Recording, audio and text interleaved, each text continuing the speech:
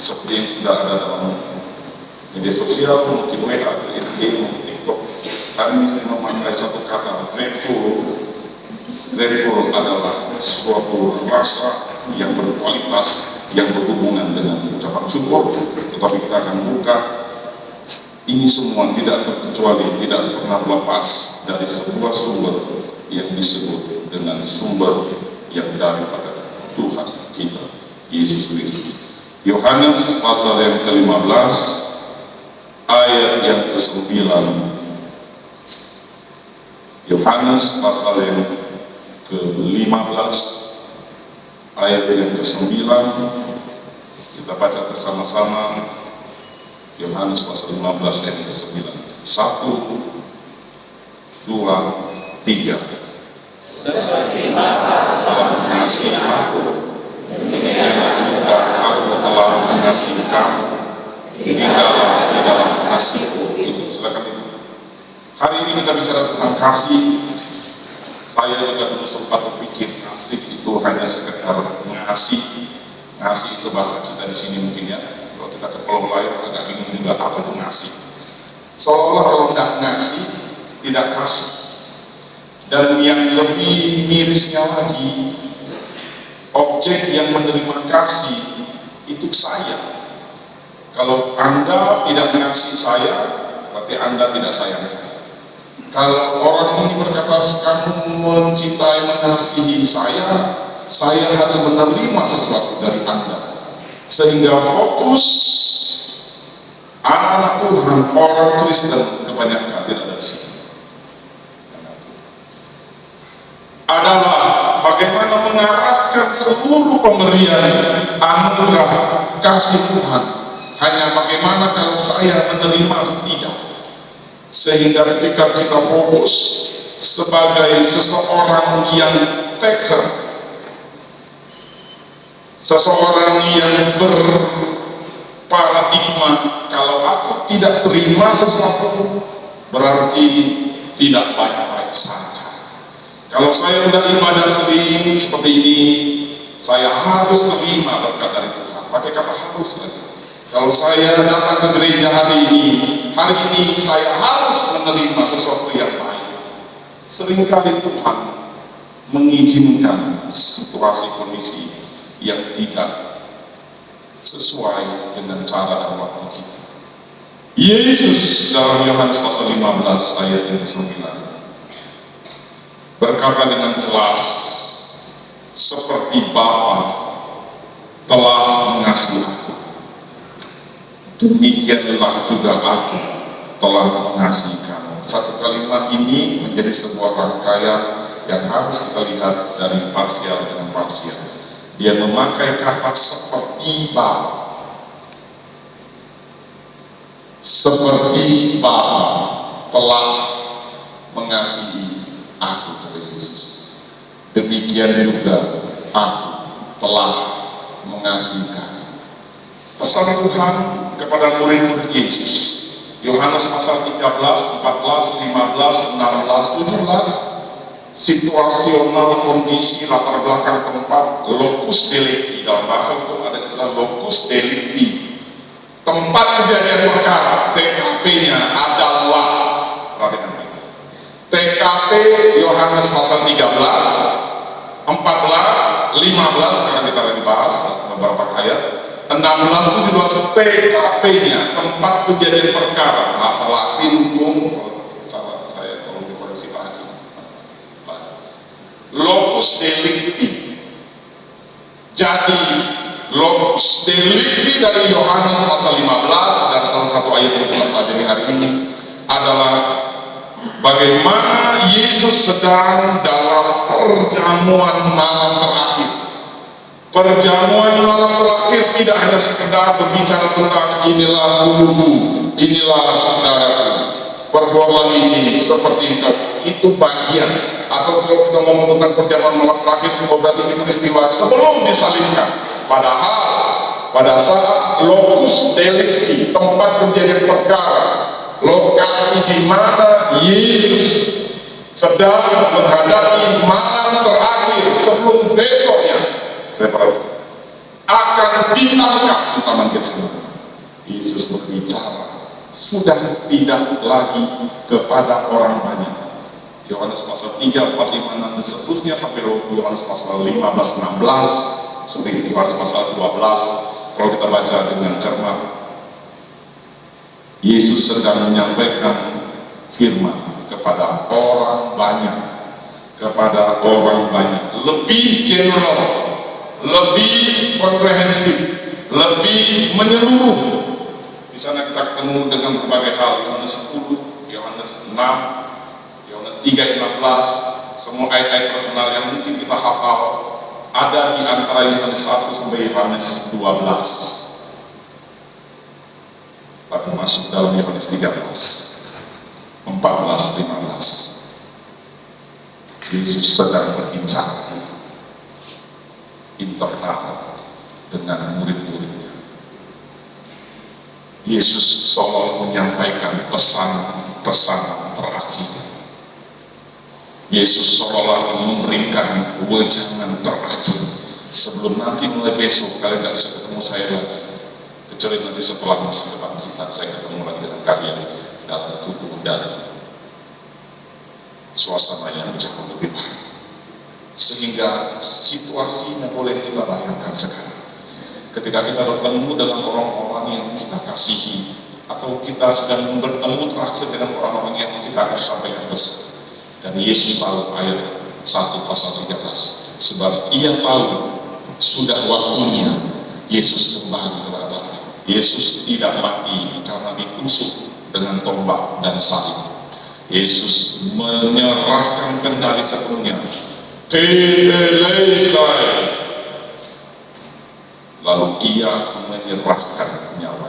Ingat kalimat ini, Yesus tidak mati karena kekurangan darah, karena kena pukul mahkota doli. Kalau dia belum berkata aku menyerahkan nyawaku, tidak akan jadi kematian.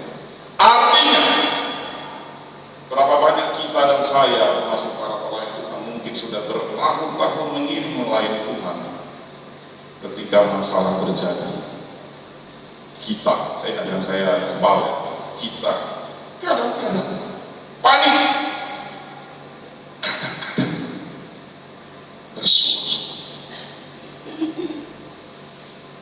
Ya kasih itu.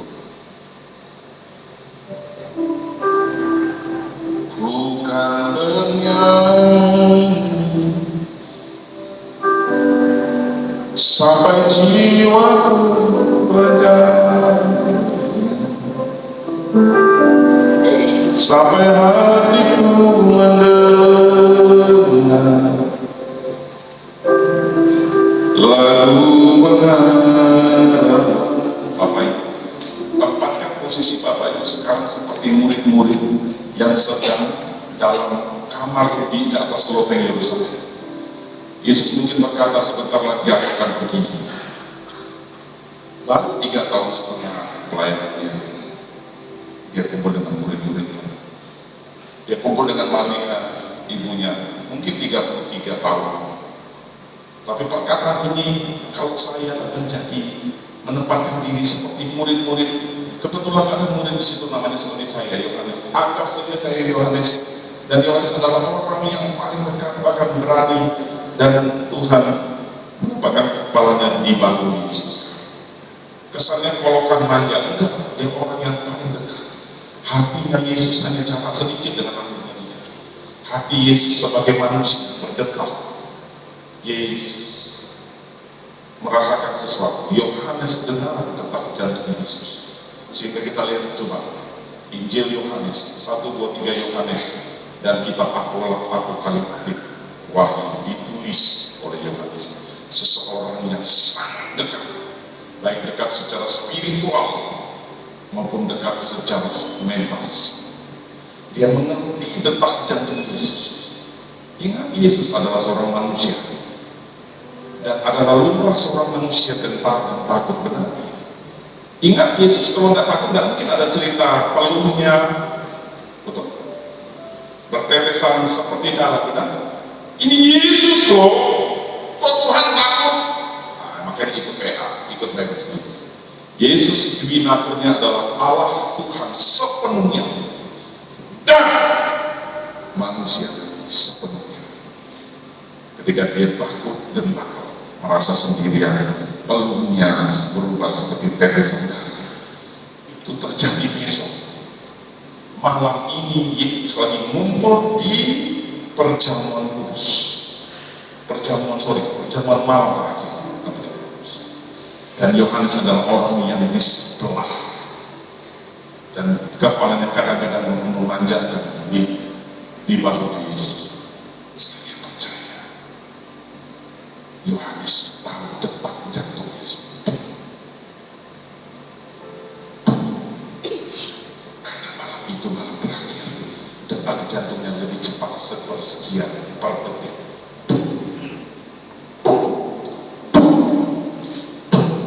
Mungkin tidak terus dari itu misalnya, Tuhan, Guru, apa yang terjadi?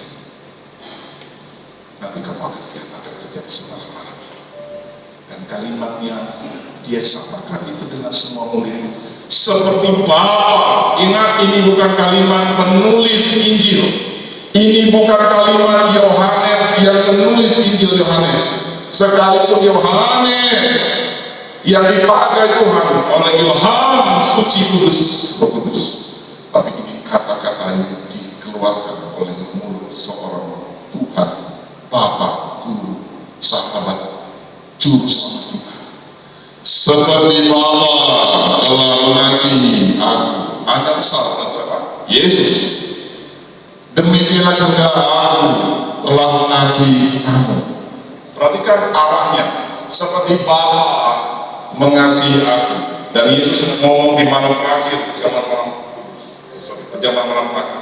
Dan wajahnya seperti Bapak Ibu sekalian, lega, serius, seperti sedang menantikan kalimat-kalimat wejangan terakhir. Seperti Bapa telah mengasihi aku, makanya dengan teduh menyapu seluruh ruangan. Demikianlah aku mengasihi kalian. Kalimat ini tidak disampaikan ketika mukjizat 5 roti 2 itu. Kalimat ini tidak ketemu ketika dia dieluh-elukan Yohanes pasal 12 mungkin 10-11 ketika masuk dengan keledai. Kalimat ini khusus dari Yesus kepada kita kadang-kadang. Amin. Tetapi siapakah kita? Siapakah kita? Indonesia betul. Siapakah kita? Pengikut Yesus. Dalam konteks ini, siapakah kita? Dalam bahasa sendiri, murid Yesus. Siapa? Yesus sebagai panglima tertinggi kerajaan surga berkata, Bapa mengasihi saya. Lihat makanya, dia tidak pakai takut-takutan. Dia makan penuh dengan kewibawaan. Dia satu mulai dari Matius, Yudas Iskariot mungkin, Yudas sudah pergi. Yohanes 13, Yudas pergi. Di dalam perjamuan malam terakhir, Yudas sedang menyusun pengkhianatan. Yang ada di situ tinggal 11. Maaf, Yudas memilih untuk meninggalkan Yesus. Sehingga Yudas dari pasal 13 akhir sampai seterusnya tidak ada di sisi Yesus. Alias sebagaimanapun Yesus berkata dan berfirman kepada kita, tetapi kalau kita memilih meninggalkan Yesus, kalimat ini tidak berlaku untuk Yudas. Bagus banget ini filosofinya bagus banget. Seringkali kita nyalahkan Tuhan. Tuhan, kau tidak sayang aku.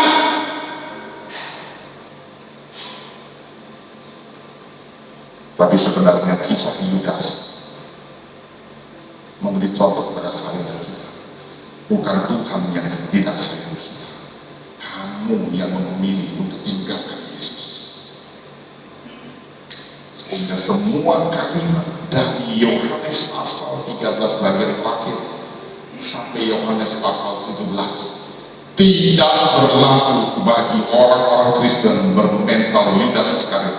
Saya harus keras katakan ini, karena Yudas Iskariot tidak hanya berupa sosok manusia yang berdiri di sebelah kita, Tapi Yudas Iskariot bisa berupa roh pengkhianat yang mencoba untuk mencium Yesus, tapi sebenarnya dia ingin membunuh, menangkap, memenjarakan. Roh yang memakai Yesus untuk dapat digantung ke perak. Kerakusan utamakan pengkhianatan, kesombongan, dan herannya Yudas memilih pada pasal 13 bagian terakhir. Pada malam itu Yudas pergi meninggalkan mereka. Supaya Bapak Ibu tidak merasa saya ngomong apa ini Pak Pendeta ini. Yohanes pasal 13 kita buka. Luar biasa, kita saya membuka firman.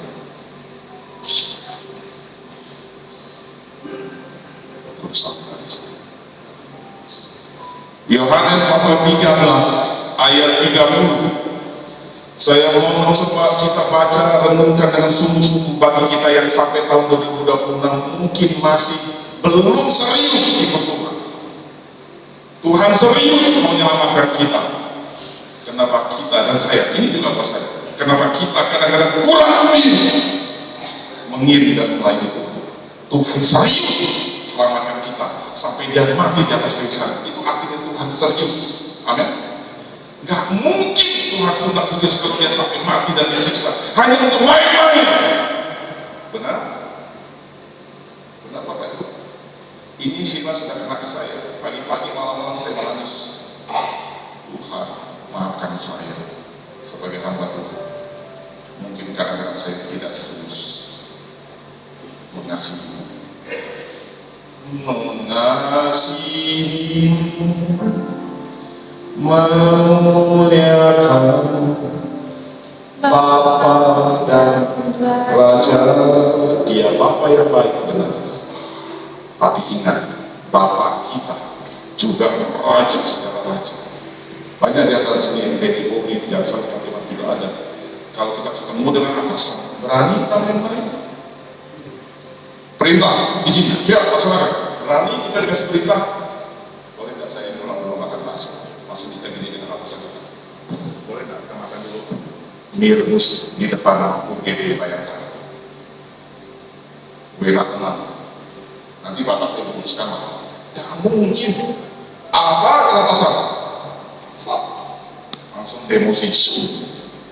Kenaikan pangkat ditunda. JR. Beberapa waktu lalu saya berbicara tentang salah seorang teman kita yang ada di salah satu angkatan. Hanya karena beberapa puluh ribu rupiah kedapatan sama komandannya, pangkatnya ditunda sejenak. Seringkali kita menganggap Tuhan hanya sekedar fokusnya sebagai Bapa yang baik. Sehingga sebagai Bapa kita kadang-kadang sebagai anak manja terus, minta dispensasi terus. Aku berdosa diampuni, aku oke, Bapa yang benar, oke. Dia mengasihi, yes. Dia sayang benar, oke. Yes, jangan lupa Bapa kita juga Raja segala raja. Ketika dia memakai atribut kebesarannya, berani anak kita sekali datang ke istana raja, tiba-tiba ngajak kita main sepeda. Dia main sepeda, main kuda-kudaan, tiba-tiba rajanya keluar anak kecilnya dengan pakai lengkap raja, dia main kuda-kudaan dengan anaknya ke istana raja. Di depan panglima tentara kerajaan, menteri-menteri, nggak mungkin dia pasti akan kasih tahu semuanya. Dia akan senyum dengan anaknya, tapi dengan wibawa. Nanti anaknya harus pulang kantor ya. Staffnya tinggal bisa. Oke. Staffnya nggak mungkin takut menyingkirkan anaknya, karena bapaknya pasti tahu staffnya. Betul? Ini lagi rapat loh, rapat di kerajaan. Masih pakai tongkat komando. Anaknya datang, Papa, main sepedanya.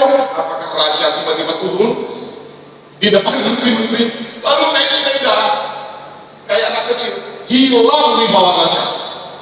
Mulai saat itu akan banyak benih-benih bilang ini, pemimpin kita tak bagus, nggak ada wibawanya. Papa kita adalah raja segala raja. Lebih takutkan lagi, di Wahyu dia akan datang sebagai hakim. Lalu Pak Hakim, apa artinya? Hakim akan memutuskan lepas atau bebas, berkurang hukuman atau dapat restoratif justice. RJ. Kok baru dengan nanti saya udah ngomongnya. Saya dari ngomong ini, kalau salah masih dia Pak, karena hari ini sudah ada istilah restoratif justice, perdamaian dengan cinta yang diatur. Zaman dulu nggak ada restoratif justice. Kau salah, kau dihukum, kau menerima sanksi. Yudas, kita baca di bagian ayat ini. Yohanes pasal 3 ayat 30. Tidak mendengar, tidak menerima kalimat yang penuh dengan anugerah itu dari mulut Yesus. Karena Yudas pasal 13 ayat 30 menerima roti. Yudas sudah terima roti, ya, sudah terima roti.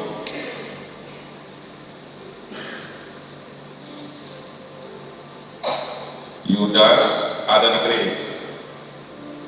Yudas ada di dalam hidup kita, bisa jadi sebagai roh Yudas.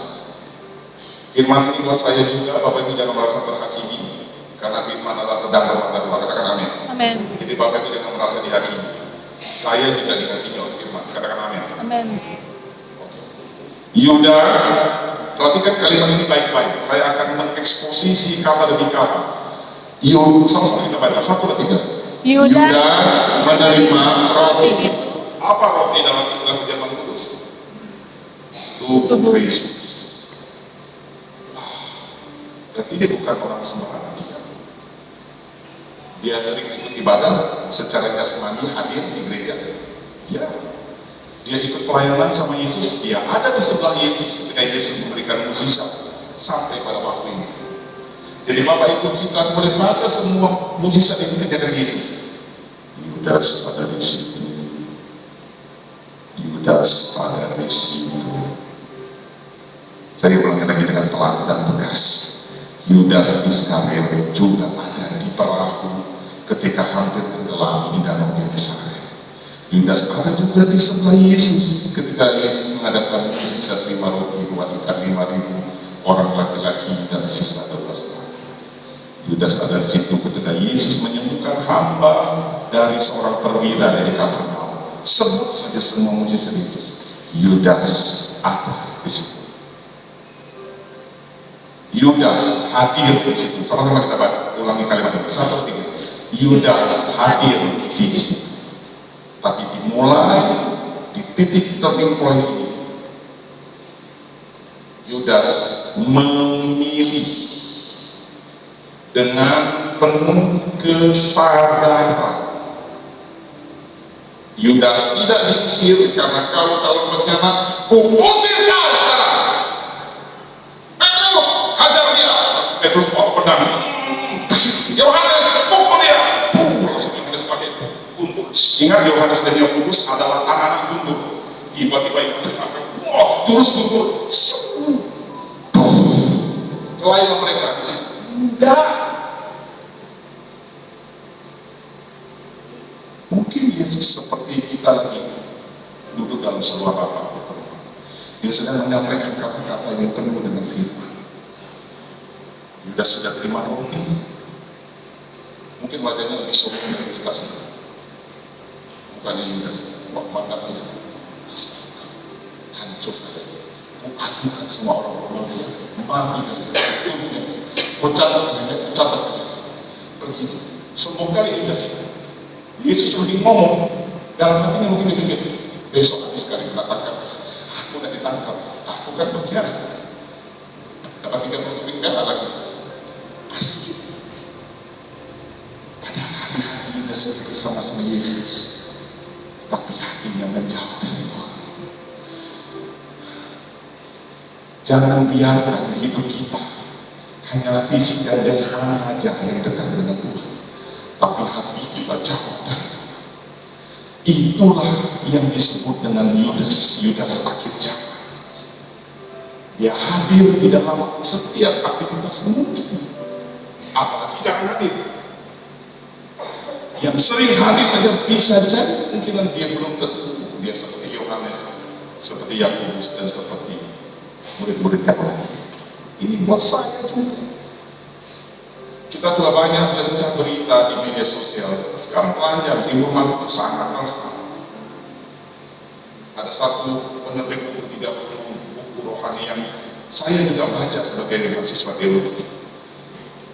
Dia membongkar saya mengalami kejatuhan dalam hal seksual. 8 tahun saya berselingkuh dengan istri jemaat saya sendiri, dan istri itu sudah punya suami. Ini kalau saya sebut Bapak cari ada di depan. Dia penerbit buku rohani 30 buku teologi. 8 tahun dia menyimpan dosa, berselingkuh dengan istri jemaat sendiri, dan jemaat itu masih punya suami. Saya mau bukan berarti kita membicarakan keburukan orang, tidak.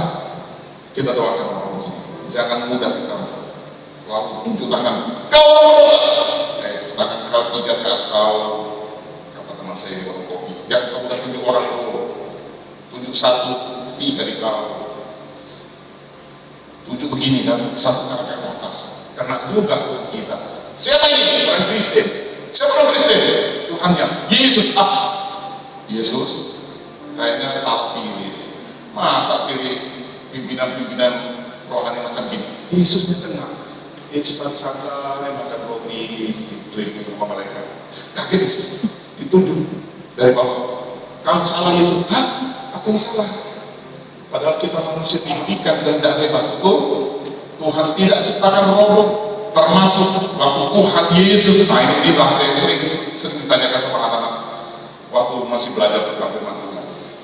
Apakah Yesus tidak tahu Yudas akan berkhianat? Sebagai Allah omnipoten, sebagai Allah omniscience, dia tahu Yudas akan mengkhianati saya. Tapi jangan langkah Yudas, bukan Tuhan yang menyetir saudara. Betul? Karena Yudas di dalam Matius atau Matius pasal 6, Yesus memilih 12 muridnya, dan sebelumnya dia semalam-malaman berdoa. Setelah itu dia bangun, dan pagi-pagi benar, seperti saya sampaikan di pasal malam, Yesus memilih 12, termasuk Yudas yang disebut Iskariot. Hebat dalam tulisan ini ngomong gini, yang akan mengkhianati. Jadi kita adalah pilihan Tuhan. Tapi Tuhan tidak cabut free will dari kita, betul? Kita tidak jadikan robot. Nama robotnya Pak Andreas, jadi robot. Kemana? Siap. Kemana Pak? Kemana? Siap. Kasih saya siap. Karena robot Tuhan tidak ciptakan robot untuk menyembah Dia, katakan. Termasuk pemilihan Yudas ini. Ada kehendak bebas yang Tuhan beri, bahkan di dalam itu ku kan menyembahmu. Yudas diberi pilihan. Yudas memilih untuk menerima roti dan tinggalkan Yesus dengan motivasi, aku akan dapat uang, tidak betul. Doa saya sebagai hamba Tuhan dan sebagai pendeta dan gembala Tuhan ini, dalam nama Yesus, setiap roh Yudas yang ada dalam hati kita mungkin, dan roh ini sembunyi loh ya, ini roh sembunyi, dia tidak muncul. Ingat, Yudas ketahuan memangnya hanya pada saat malam terakhir, betul? Sebelum malam ini, dia tidak munculkan niat dan motivasi dan rencana. Tapi karena mulai malam ini, besok dia bawa perwira Romawi, Romans early, misalnya the early from Roma. You understand? Speak. Okay? See. Satu orang boleh, saya ngomong English. And Jesus is doing the portrayal in the garden of Gethsemane. Tomorrow, Judas Iscariot brings the army to catch the thief. Betapa jahatnya yang murid. Dia bawa pasukan Romawi untuk menangkap Yesus. Yesus yang sangat mengasihi Yudas.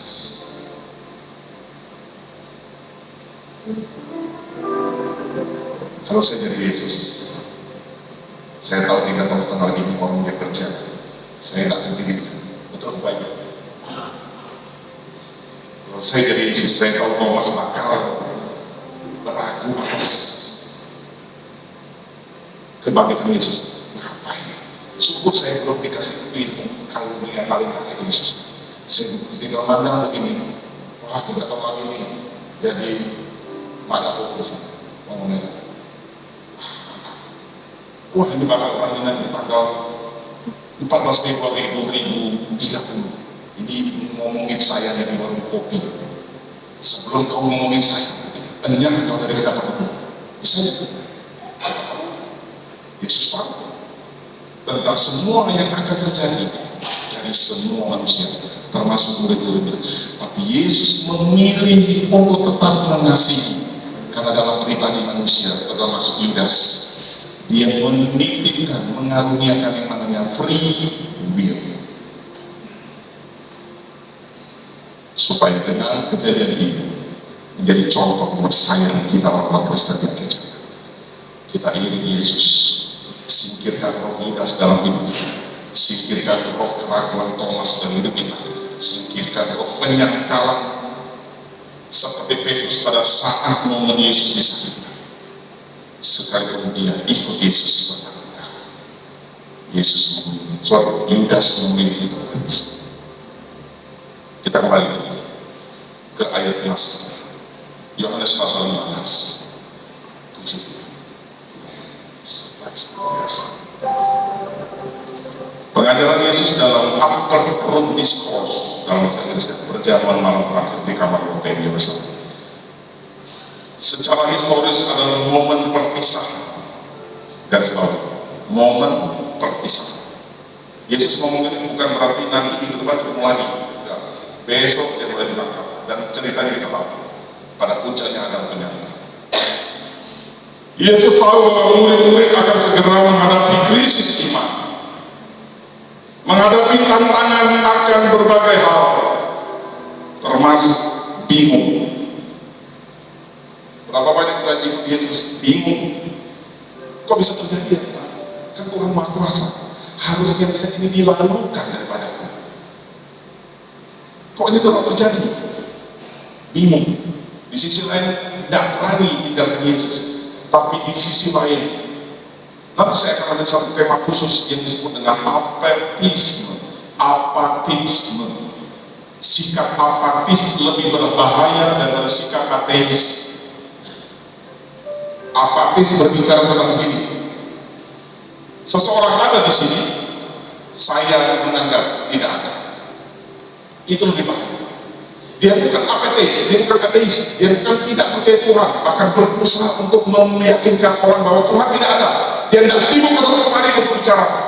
Nia, komen kepada Tuhan tidak ada ya, saya tidak percaya Tuhan. Ingat ya, ingat loh. Tapi dia ngomong tentang Tuhan, mulutnya ngomong tentang Tuhan, tapi hati itu tidak percaya. Dia lebih banyak ngomong tentang Tuhan. Betul? Orang ateis itu berdebatkan, saya tidak percaya Tuhan. Gini.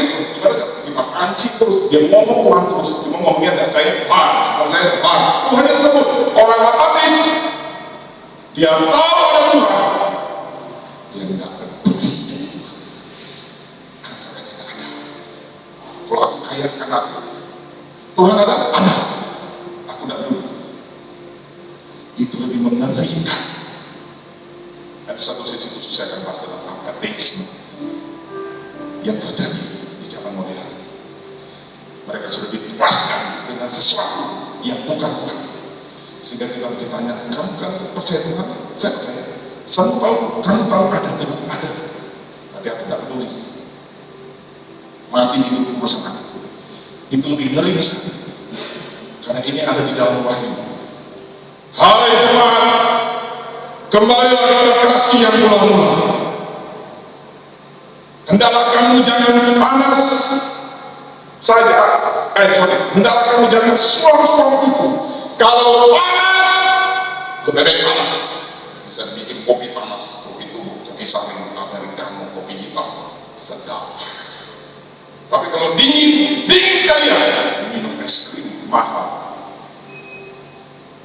Tapi kalau suam-suam tubuh, Tuhan di situ ditulis betul. Aku akan ini keras, tapi itu juga buat saya. Saya percaya jemaat Gereja Mada Kalimalang, jemaat Raja Wali yang bermental Raja Wali, tidak manja. Amin. Tuhan bilang dalam wahyu, Kalau kau suatu, aku akan memuntahkan. apa arti memuntahkan? Dia sudah ada di dalam kasih karunia-Nya. Dia sudah ada di dalam perutnya Tuhan. Saya ulangi. Dia sudah ada di dalam hadirat dan kuasa dan kemuliaan dan menikmati kehadiran Tuhan. Tapi dia tidak panas, tidak dingin, suara-suara kiu-kiu.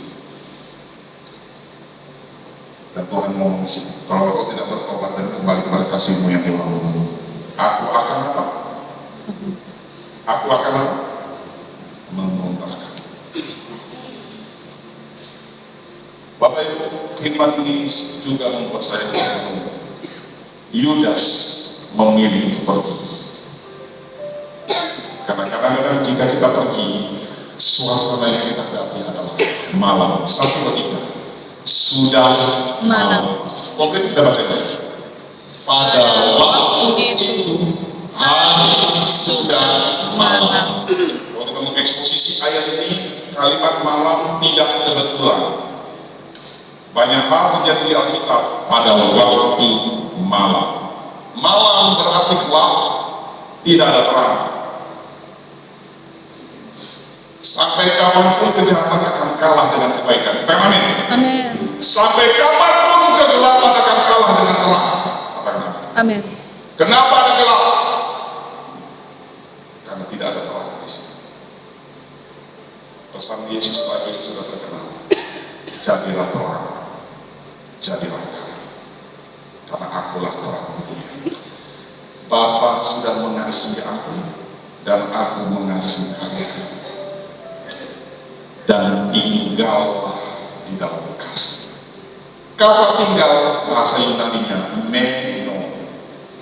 Artinya meno, berdiam secara menetap terus-menerus.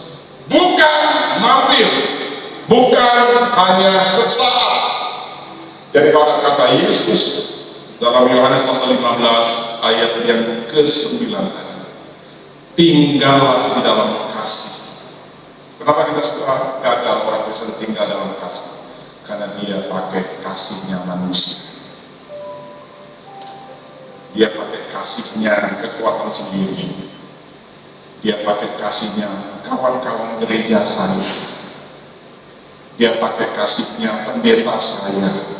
Selalu berbicara tentang sesuatu yang di luar diri. Dan di luar diri itu adalah orang yang lemah. Tidak ada manusia yang boleh berkata saya sudah kuat dan sempurna. Yesus sudah memberi teladan. Aku mengasihi kalian karena Bapa sudah mengasihi aku terlebih dahulu. Bapa artinya apa? Dalam bahasa aslinya ABA, sumber. Dia sebagai source, sumber kasih mengalir melalui Yesus Kristus dan para anak-anak sebagai resource. Perhatikan baik-baik, kalimat ini cukup dalam. Ada sumber dalam bahasa Inggris source.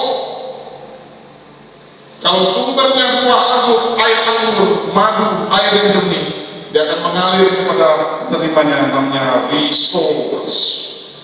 Muncullah kata human resource, mineral resource, physically resource.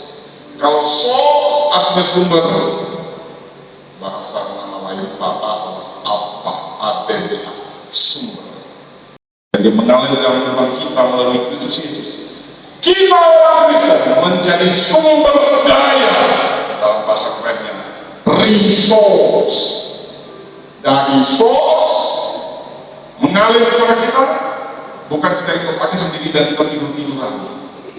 Seperti laut mati, kita harus seperti danau Galilea yang menerima air dari pertumbuhan Hermon, sumbernya dari Hermon, masuk bekerja dalam hidup kita, kuasa Tuhan, firman-Nya, kasih-Nya, karakter Kristus. Bukan kita harus duduk-duduk, tumbuh hari Minggu lagi, menikmati piknik rohani. No! Pulang dari gereja kita kerja, supaya kita bisa menyalurkan sebagai resource. Kasih Tuhan memenuhi hidupku. Dan kasih Yesus yang di dalam hidupku menjadi resource, sumber daya, mengalir terus menerus, tapi dia bukan sumbernya dari kasih Tuhan. Amin. Amin. Banyak orang mengasihi tidak connect dengan Tuhan, mencoba untuk menyayangi manusia pakai caranya sendiri, asma, bengek, atau sakit hati. Aku udah sayang dia, aku udah cinta dia, aku udah memberi sesuatu kepada dia, tidak pernah dibalas cinta. Sakit hati, sekarang keluarlah terus, bunuh kamu, matikan kamu. Kalau orang tidak tahu terima kasih, dasar maki yang keluar ketika dia tahu kasihnya tidak dibalas. Dia merasa kasih tidak dia, tidak. Kasih itu sumbernya dari Yesus. Amin. Amin. Kalau kita pegang mata air, kita bisa alirkan air kemanapun. Betul? Baik. Tapi kalau kita merasa kita punya mata air, tapi sedang kita tidak connect sama Yesus, kasih manusia kita sementara. Kapan Tuhan menguji kasih kita itu sebenarnya setia atau tidak? Ketika orang ini tahu cinta, pemberian, kasih dan perhatiannya tidak dibalas oleh orang yang menerima. Berubah dia, dasar orang tak tahu diri. Dia marah, bersungut-sungut, maki-maki, ketawa. Kami mengasihi dengan cara, dengan kekuatan daging. Yesus, saya merasa terganggu waktu itu. Waktu dia dimakamkan, saya bertanya, adakah satu karangan bunga seperti yang ada di makam Yesus? Saya mau tanya ke sana. Di mana 5.000 orang yang makan itu? Kenapa dia tidak kasih karangan bunga? Terima kasih kepada Tuhanku Yesus Kristus atas nama bank ini, atas nama perusahaan ini, atas nama komunitas RT 5 RT 9. Tidak ada karangan bunga terima kasih dari siapapun di makam Yesus. Kenapa kita suka minta karangan bunga dari orang ketika kita berbuat kasih? Artinya kita bukan resource Anda pakai kekuatan untuk mencintai orang lain. Giliran tidak dibalas, Anda marah, kecewa, ngamuk, dan bilang begini, aku sudah capek, bebanku berat, aku mau mundur saja ini Tuhan. Ingat, ranting lepas dari pokok, yang kering mati. Pokok anggur tetap anggur. Amin. Kadang-kadang kita ini, saya juga hanya ranting. Sombongnya minta ampun, hanya ranting Pak, hanya ranting. Ranting kenapa sebesar ini? Nempel di batang pohon anggur. Kemudian dia tumbuh berbuah, dan dia tidak bilang begini, karena saya lah aku berbuah dan membuat kalian menjadi makan buah. Tidak. Ranting bilang begini, semua berkatku yang kubagikan usia kepada kalian, karena Tuhanku Bapakku sebagai sumber berkat itu mengalirkan berkat bagimu, dan tugasku adalah sebagai resource menyalurkan kembali. Resource artinya menyalurkan kembali secara terus-menerus. Kalau source, sumber utama paling awal, siapa sumber utama kasihnya? Bapa di surga, Yesus Kristus. Dan ketika kita dipuji orang, kita bilang begini, bukan karena saya, semua karena Tuhan. Kau hebat Pak, semua kemuliaan bagi Tuhan. Terima kasih Pak pujian. Kita kalau puji orang jangan sok-sok hati juga. Dosa dipuji Pak, saya apalah, ya seperti serpihan rengginang di Samudra yang Raya. Saya seperti buah-buah, seperti puing-puing gelombang samudra di tengah Atlantik. Terlalu rendah hati, tapi kadang-kadang agak lebay. Bilang aja, terima kasih buat pujiannya, tapi ada koma. Semua, katakan seperti ini. Semua karena Tuhan. 5 kalimat reform dari Martin Luther. Sola fide oleh karena iman, sola gratia oleh karena anugerah, sola scriptura hanya oleh karena firman Tuhan. Solus Kristus, tema bulan Desember. Hanya Kristus saja yang terlibat saya paling suka. Semuanya itu saya suka. Soli Deo. segala kemuliaan hanyalah Tuhan. Orang-orang yang punya prinsip seperti ini tidak mudah marah dan kecewa dengan siapa. Saya mengutip sebuah kalimat dari seorang presiden, saya harus hargai itu. Saya tidak pernah saya mau presiden saya kayak gimana pun, saya tetap harus jaga mulut dan hati pikiran saya. Saya harus menghargai dia. Dia pernah berkata dalam sebuah kalimat status, dicaci tidak tumbuh, dipuji tidak pernah. Keren kan? Ulangi ya, ini bukan kata-kata teman-teman, tapi kata-kata seorang presiden kita yang ketujuh, Bapak Presiden yang ke-9 Joko Widodo. Saya bukan ngomong politik, saya mengutip kalimatnya. Dipuji tidak pernah, dicaci tidak tumbuh. Saya bertanya Bapak Ibu, dia orang besar, tapi damai itu saya berkata, dia bisa saja terjadi Alkitab. Betul? Bapak Ibu, kita lanjut saja dengan bohong. Jangan merasa kita sudah paling berhak baca dan merenungkan firman Tuhan. Baca saja TV terkenal, EDIS. Betul? Mereka diam-diam bertobat karena baca Alkitab dari Android, dari iPhone.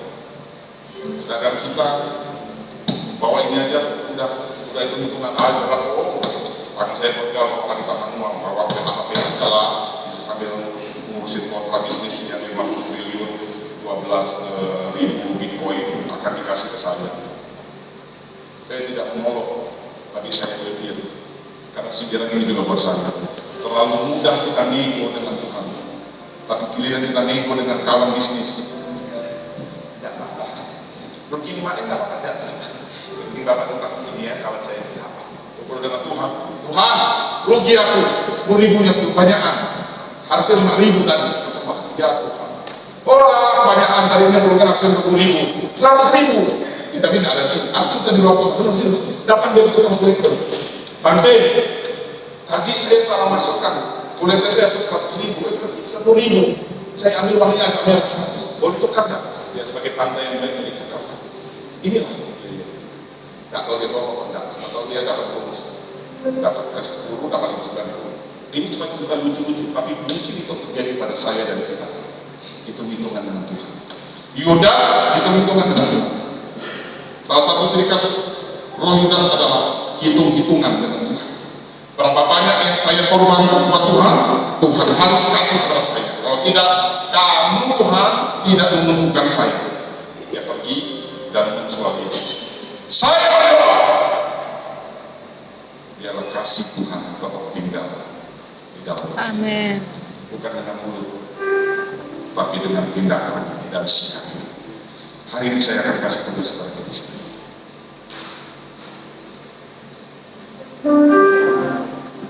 Berapa banyak jiwa di luar sana kita cerita tentang Yesus? Ayo, atau kita sibuk dengan urusan kita sendiri? Tidak salah. Tapi percayalah, kita punya banyak teman di konteks ini, betul? Yang mengenal Yesus. Apa salahnya kita ngomong tentang kebaikan Tuhan? Kita bukan jadi penginjil semua. Nanti siapa yang ngurus kami? Siapa yang nanti kerja di Polda? Iya kan? Gak ada yang kerja di Polda, semuanya jadi pendeta. Atau kerja di TNI, atau kerja di pengusaha, nafas, atau yang bos, ya itu apa? Gemoy, iya, gak ada yang jual gemoy nanti. Aku cari gemoy, mana kita gemoy? Gak ada. Satu kota ini pendeta semua Pak, dan jual tahu waduh. Aku mau cari aku, gak ada. Kita semua masing-masing punya kapasitas, punya peranan dan fungsi masing-masing. Tapi satu kesatuan. Berapa banyak jiwa yang sudah tahu ceritakan tentang Yesus. Terlebih lagi coba terus bilang begini, Bapak, Ibu, saya ingin ke gereja yang Ibu Bapak selama ini ibadahi. Bukan soal gereja, bukan soal merek. Satu jiwa bertobat, seluruh surga.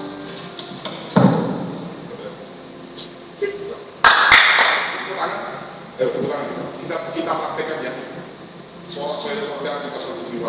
Ketika satu jiwa bertobat, kurang satu tiga. Mereka bukan tepuk tangan, mereka bersorak-sorai sambil sorak-sorai ya. Haleluya. Satu tiga.